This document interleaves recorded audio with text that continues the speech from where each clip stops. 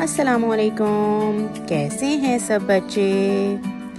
मैं हूं आपकी उर्दू की उस्तानी और मैं आपको अपने चैनल नन्हे उर्दू दान में खुशामदीद कहती हूं। आज मैं आपके लिए एक बहुत ही दिलचस्प लेकिन छोटी सी कहानी लेकर आई हूं जिसका नाम है एक बेवकूफ़ भालू।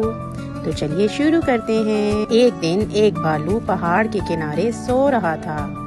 अचानक ही उसके सर पर कुछ पत्थर आकर गिरे। वो फौरन से उठा और उसने सोचा कि शायद आसमान टूट रहा है और गिर रहा है।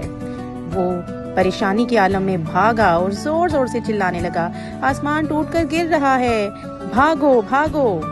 बहुत से जानवर और परिंदे उस भालू के साथ साथ भागना शुरू हो गए। एक छोटा सा भेड़िया भालू के पास बैठा हुआ था। वो जोर जोर से हंसने लगा, हा हा हा हा हा हा हा, और उसने कहा, रुक जाओ मेरे दोस्तों, रुक जाओ। इस भालू की बात मत सुनो।